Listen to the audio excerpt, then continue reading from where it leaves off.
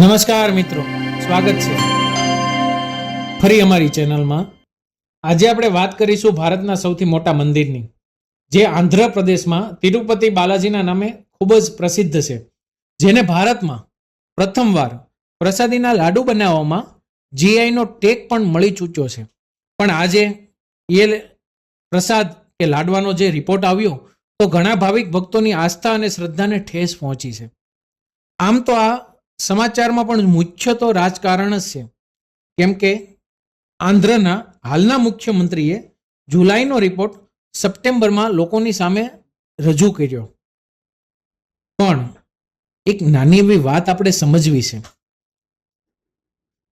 ભારતની કુલ વસ્તી 145 કરોડની નજીક છે અને એક રિપોર્ટ અનુસાર ટોટલ એક દિવસમાં 63 કરોડ લીટર દૂધનું ઉત્પાદન છે. એમાં પણ અડધું દૂધ તો આપણે દરરોજ ચા, કોફી અને દૂધ પીવામાં જ વાપરીએ છીએ. તો દૂધમાંથી બનતી આઈટમ જેમ કે ઘી, મીઠાઈ, બટર, ચીઝ, પનીર, આઈસ્ક્રીમ એવી તો અનેક આઈટમ દૂધમાંથી જ બને છે. તો એમાં શેનો ઉપયોગ કરીએ છીએ? કેમ કે ભારતની વસ્તી પ્રમાણે ભારતમાં દૂધનું ઉત્પાદન ખૂબ જ ઓછું છે. અત્યારે માર્કેટમાં મળતી દૂધની 50%થી વધારે આઈટમ આપણે નકલી જ ખાઈએ છીએ અને એ લોકોને પણ ખબર છે. જો ખાલી તિરુપતિ મંદિરમાં જ રોજનું 15,000 લીટર ઘી પ્રસાદી બનાવવામાં વપરાય છે, તો આવા તો ભારતમાં હજારો મંદિરો છે, તો કેટલા લીટર દરરોજનું ઘી વપરાતું હોય છે?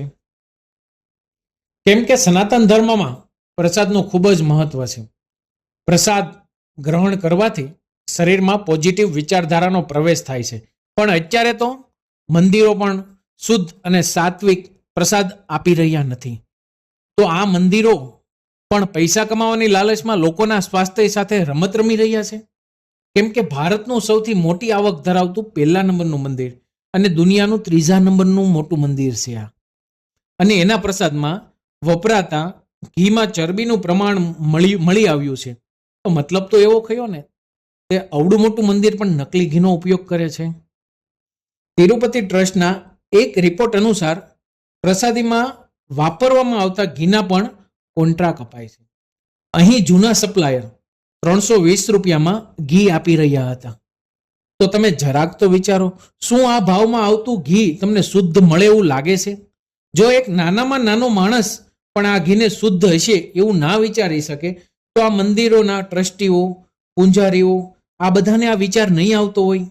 કેમ કે અત્યારે માર્કેટમાં શુદ્ધ ગાયના ઘીનો ભાવ 1000 થી 1200 રૂપિયા ચાલે છે. હવે તમે જ વિચારો, જે મંદિરમાં વર્ષે 1500 કરોડ રૂપિયાનું તો ખાલી દાન આવે છે, જે મંદિર 600 કરોડ રૂપિયાનો ખાલી પ્રસાદ વેચે છે, ભગવાનના દર્શન કરવામાં પણ ગરીબ અને અમીરમાં ભેદભાવ કરી અને વીઆઈપી લાઈનમાં દર્શન કરાવી આપવામાં આવશે અને એના નામ ઉપર પણ પૈસા સાપી રહ્યું છે. એ મંદિરોમાં પણ તમને પ્રસાદ પવિત્ર મળતો નથી, તો બીજા મંદિરોની તો વાત જ શું થાય? આ એક વાત પરથી સાબિત થાય છે કે એક સમય હતો જ્યારે મંત્ર કામ કરતા હતા, એના પછી તંત્ર કામ કરતા હતા, પછી યંત્ર કામ કરતા હતા, અને અત્યારે તો ખાલી કળિયુગમાં ષડયંત્ર અને પૈસા જ કામ કરે છે. શું ભગવાનથી આ લોકોએ રૂપિયાને મોટા કરી દીધા? આવા ધર્મસ્થાનો જો આમાંથી સુરક્ષિત નથી, તો નાના ધર્મસ્થાનોની તો વાત જ શું કરવી? જો તમને અમારો વિડીયો આ પસંદ આવ્યો હોય તો વિડીયોને શેર કરો, ચેનલને સબસ્ક્રાઇબ કરો.